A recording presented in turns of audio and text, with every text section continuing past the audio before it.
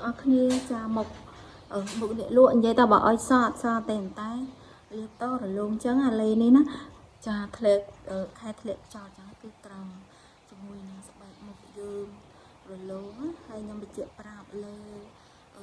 ខ្ញុំលក់ហ្នឹងគឺអត់មានជួយសតែជាលេតែផ្ដោតសំណើឃើញអត់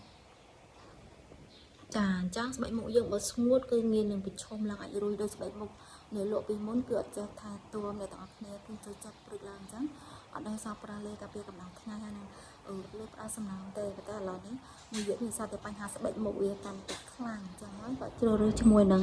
លេដែលផ្ដោតសំណើបានល្អហើយខ្ញុំបញ្ជាក់ប្រាប់ណាលេនេះគឺលេខ្ញុំកំងមកពីប្រទេសចិនចាឃើញអញ្ចឹងគឺចង់និយាយថាអីវ៉ាន់ចិនគឺបើយើងចេះទិញយើងចេះមើលជាមួយនឹងក្រុមហ៊ុនគឺទិញបានរបស់ល្អប្រាប់ត្រង់លេនេះគឺខ្ញុំកំងខ្លួនឯងមកពីចិនទៅណាសម្រាប់បងអូនដែលចង់បានជាមួយនឹងស្បែកមុខរលោងដូចអ្នកលក់ចាស់អាចកំង